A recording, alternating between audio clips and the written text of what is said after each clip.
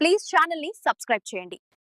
రాష్ట్ర వ్యాప్తంగా జరుగుతున్నటువంటి పంచాయతీ ఎన్నికలు ఏవైతే నడుస్తా ఉన్నాయో ఈ రోజు మొదటి దశ చివరి రోజు ఎన్నికల నామినేషన్ ప్రక్రియ ఏదైతే జరుగుతూ ఉన్నదో ముఖ్యంగా రాష్ట్ర వ్యాప్తంగా ఉన్నటువంటి జరుగుతున్న ఎన్నికల్లో ముఖ్యంగా జోగులాంబ గద్వాల జిల్లాలో ఇప్పటిదాకా అత్యధికంగా కూడా కోట్లు కూడా పలుకుతున్నటువంటి పరిస్థితి, ఈ పదవుల పందేరం వేట కొనసాగుతున్నటువంటి పరిస్థితి ఉన్నది.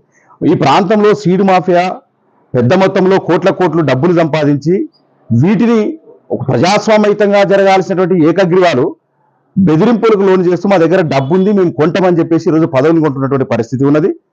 ఇప్పుడు ఈ రోజు మొదటి దశలో చివరి రోజు అయినటువంటి ఈ రోజు ఎర్సందొడ్డి నామినేషన్ సెంటర్ దగ్గర చింతలకుంట గ్రామానికి సంబంధించిన ఒక వ్యక్తి ఏదో నామినేషన్ వేయడానికి వెళ్తే అక్కడ చించుకున్నారన్నట్లు వార్తలు వస్తూ ఉన్నాయి.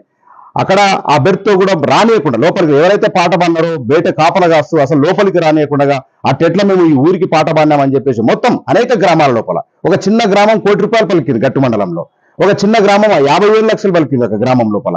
అసలు సర్పంచులను వీరందరూ కూడా ఎవరు వస్తున్నారంటే ఈ ప్రాంతంలో అత్యధికంగా విత్తన పత్తిని సాగు ఎవరైతే చేస్తా ఉన్నారో సీడ్ ఆర్గనైజర్ ఉన్నారో ఆ సీడ్ ఆర్గనైజర్ మొత్తం కూడా ఈ రకంగా కొంటూ ఈరోజు కోట్లకు వెచ్చిస్తూ వీళ్ళు ప్రజలకు ఎట్లా సేవ చేస్తారు, గ్రామాలకు ఎట్లా సేవ చేస్తారు, కొత్త నాయకత్వం ఎట్లా వస్తుంది, దీని ఒకసారి ఆలోచన చేయాలా. ఇక అన్నటువంటి ఎలక్షన్ కమిషన్ కూడా వెంటనే దృష్టి సారించాలా, దీనిపైన దర్యాప్తు చేయాలా, విచారణ చేయాలా.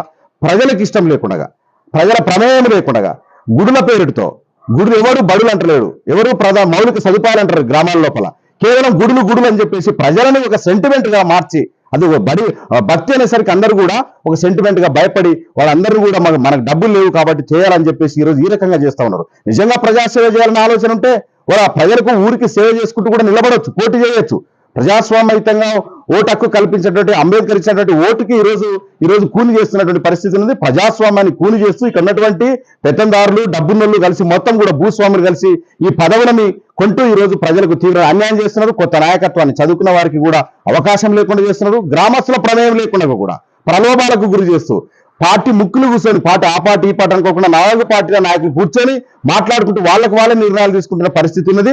జోగులాంబ గద్వాల జిల్లాలో మరీ ముఖ్యంగా ఎక్కువ జరుగుతూ ఉన్నది. దీనిపైన దృష్టి సారించాల్సిందిగా విజ్ఞప్తి చేస్తా ఉన్నాం ఎలక్షన్